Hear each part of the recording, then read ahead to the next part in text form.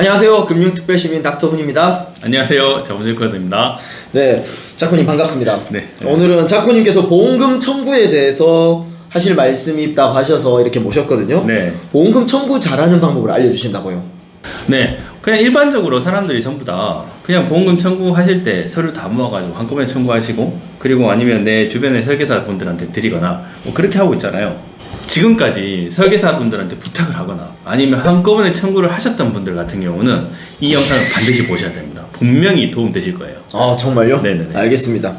그럼 보험금 청구 어플 다바다의 대표이신 작가님께서 말씀해 주시는 보험금 청구의 노하우와 꿀팁, 오늘 자세히 한번 이야기 나눠보도록 하겠습니다. 자, 그러면 네. 보험금을 한 번에 청구하면 안 되는 이유에 대해서 좀 자세히 알려주시죠. 이거 진짜 많이 겪었는데, 이 보험 설계사 일을 하면서 보험금 청구를 엄청나게 많이 해줄 거 아닙니까? 네. 한 달에 뭐 한 20건, 30건 정도 해줬는데 지난달에 한 50건 정도 해줬거든요. 그 중에 오늘 딱 두 건에 대해서 한번 말씀드려볼게요. 네. 첫 번째 건은 갑상선. 갑상선 질환 있으신 분들은 약 처방을 받거나 이 수치가 정상적인지 체크하시러 주기적으로 가세요. 뭐 3개월에 한 번씩, 6개월에 한 번씩 주기적으로 가시거든요. 그 건 하나랑, 그 다른 건은 손가락에 지방종이 생겨가지고 제거 수술을 받으셨던 분. 두 건에 대해서 예시를 한번 들어보고 보험금이 어떻게 지급되는지 한번 설명드리겠습니다. 그러면 실제로 작가님께서 청구해 주신 것을 바탕으로 말씀해 주신 거네요? 네네네. 일단 먼저 그 갑상선 정기점검 두 건에 대해서 청구를 해드렸어요. 두 건에 대해서 이렇게 화면을 보시면 서류가 세 종류가 있는데, 두 건은 병원 영수증이고 한 건은 약국 영수증이거든요. 그래서 두 건에 대해서 청구를 해드렸는데, 계산을 해서 알려드렸는 게 한 59,458원 정도 나가야 돼요. 근데 한 57,000원 정도 나왔더라고요. 뭐 별로 차이가 없는 정도이긴 하지만 청구하고 받는 입장에서 되게 기분 나쁘잖아요. 그래서 제가 전화를 해봤어요. 이 세 건에 대해서 영수증 이틀 간 거, 그리고 약국 한 건, 이렇게 세 건에 대해서 보험금 청구를 했는데 우리가 계산했던 거랑 좀 다르다. 심사 담당인이 한번 체크를 한번 해봐 주셔라 라고 해서 이제 쭉 통화를 해본 결과, 아, 이거 죄송한데 이게 서류가 좀 흐릿하게 들어와가지고 입력이 좀 잘못된 것 같습니다, 이렇게 말씀을 하시더라고요. 근데 제가 이 레퍼토리를 매번 전화하면 들어요.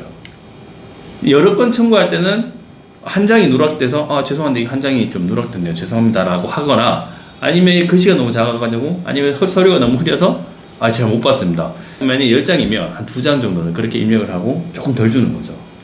그래서 우리가 계산을 좀 한번 해보면, 아, 우리가 얼마 받을지 아는데 이거 아니면 그냥 넘어가는 경우가 많으니까. 그리고 한 건 더 말씀드릴 게, 손가락에 지방종이 생겨서 이게 굉장히 안 아픈 경우도 있지만 아픈 경우도 되게 많거든요. 걸리적거리는 경우도 되게 많아서 고객분께서 한 3번 정도 병원에 방문했어요.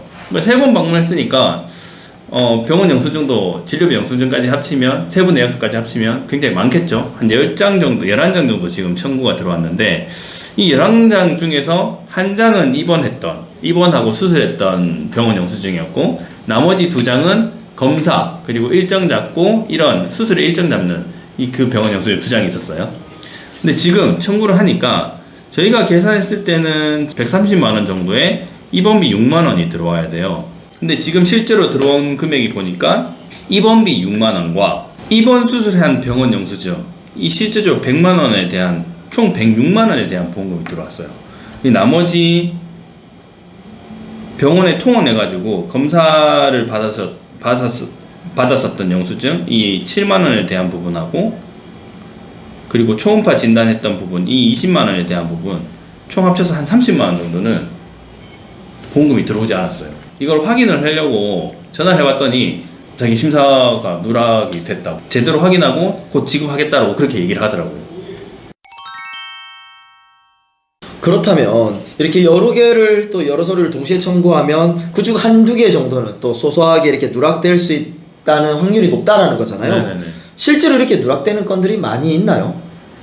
제 경험상은 되게 많았어요. 그래서 이런 다바다라는 보험금을 청구를 해드리고 검증해주는 프로그램을 만든 게, 제 고객이 이런 상황을 너무 많이 겪으니까 다른 부분들도 분명히 겪을 수 있을 것이라고 생각하고 제가 만든 거거든요.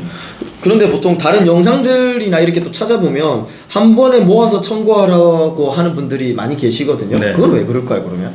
저도 그런 영상 되게 많이 봤거든요. 모아서 청구하거나 뭐 병원 갈 때마다 청구하지 말라 이런 영상을 되게 많이 봤는데 그거는 병원 간 기록을 안 남기기 위해서 그렇게 이야기를 하는 것 같아요. 매번 청구를 하지 않으면 병원 간 기록이 좀 적게 남을 거잖아요. 그런데 이거 병원 간 기록을 나중에 보험 가입을 위해서 일부러 보험금 청구를 안 한다? 이거는 고지 의무 위반 사항이 될 수도 있는 거거든요. 그래서 이거는 분명히 확실히 하고 보험금 청구할 게 있으면 꼭 청구를 하시고, 청구를 안 하시더라도 나중에 보험 가입하실 때는 무조건 고지 사항에 대한 전달은 분명히 하셔야 됩니다.